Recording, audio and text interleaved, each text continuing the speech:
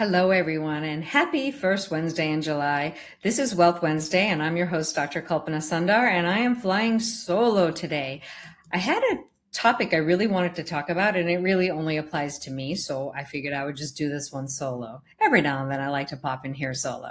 So about a year or two ago, I had gone out with this guy who lived without a car, and I just thought that was so interesting because he was successful, made great money, and I thought, why would anybody like this not actually own a car?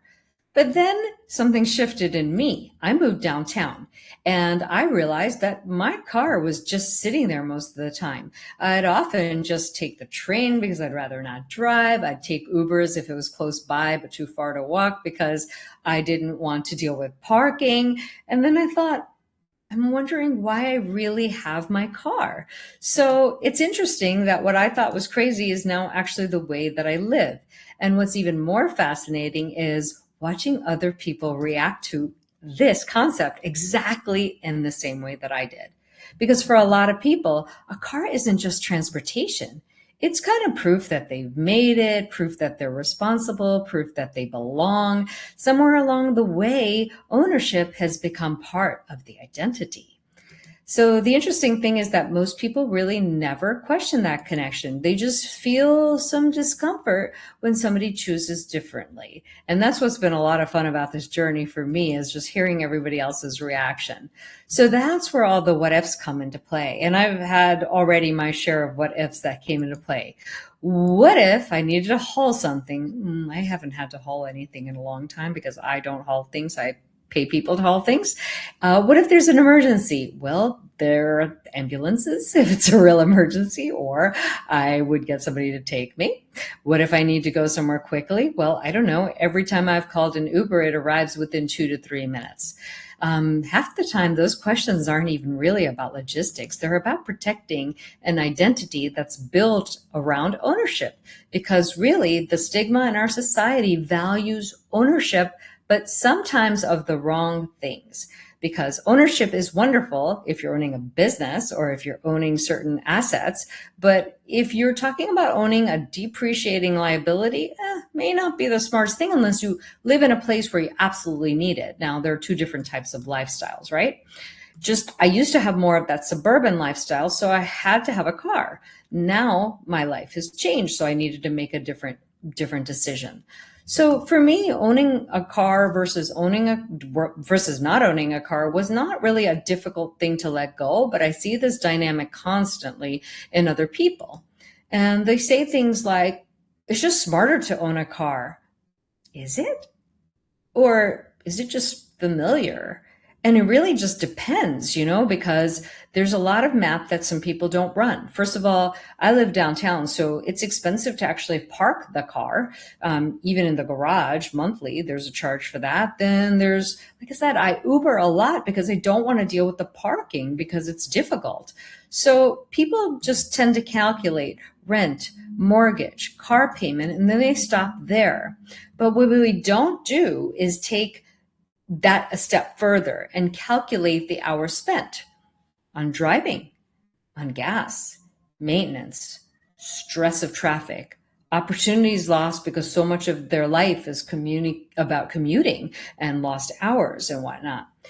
For me, the decision to not own a car was about the fact that, number one, I didn't really use it a lot. And then when I do need a car, I actually just right now prefer to be driven. I'm not saying that I'll never own a car again, but I just prefer being driven because that gives me time to decompress. It gives me time to think. I don't have to focus on traffic. So, these are just important things to consider, because you know what? I can let somebody else sit in traffic while I get some things done, or just sit there and think about my next steps. So when I ran the full equation for me, living downtown actually turned out to be cheaper than life in the suburbs ever was. No, not more expensive, cheaper. I'm not looking at just one identifiable part of the equation. Rent is going to be more, of course. But when you factor in the fact that it's convenient, if I run out of something in the food wise, I live in a place where I could get food within 2 minutes walking, or I have a market down the road. I don't have to get in my car and do a full grocery shopping. And I actually don't love grocery shopping anyway. I have my groceries delivered. So the what ifs that people throw out at you, most of them are really outdated for probably a 1950s lifestyle. People have actually asked me, oh, how do you get groceries? I'm like, I don't go get groceries. I get them delivered. There's Uber Eats, there's Ubers, there's Turo, there's Lyft, and there's trains, trolleys, all kinds of things. I live 5 minutes from the airport. So it's just interesting to watch people's reactions. So what I just want to invite people to do is really just think differently. I'm not saying this is the right choice for everybody, because many people live in suburban areas where you cannot get to anything without a car.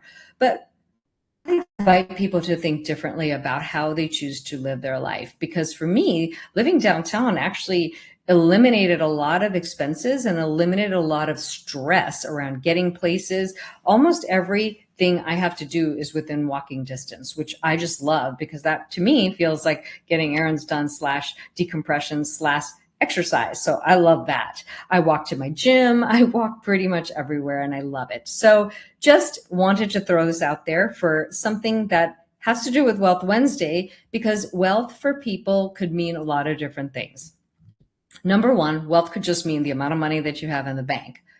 Sometimes it's really about what gives you the highest return on your life. And that's the way I have shifted into thinking about wealth, because right now it isn't just about spending the least amount of money or proving something to people that are watching. It's about deploying your money, your time, your energy, and your attention in the way that creates the most amount of freedom for you.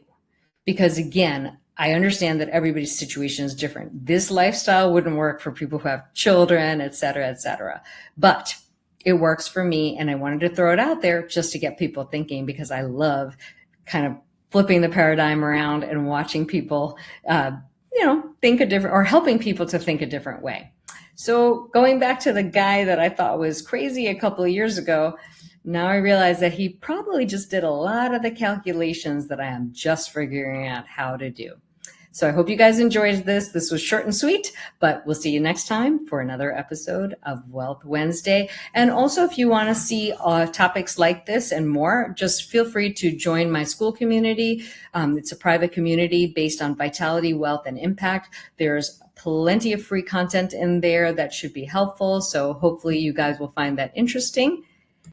And then we will see you in another 2 weeks. Have a great day, everybody. Bye.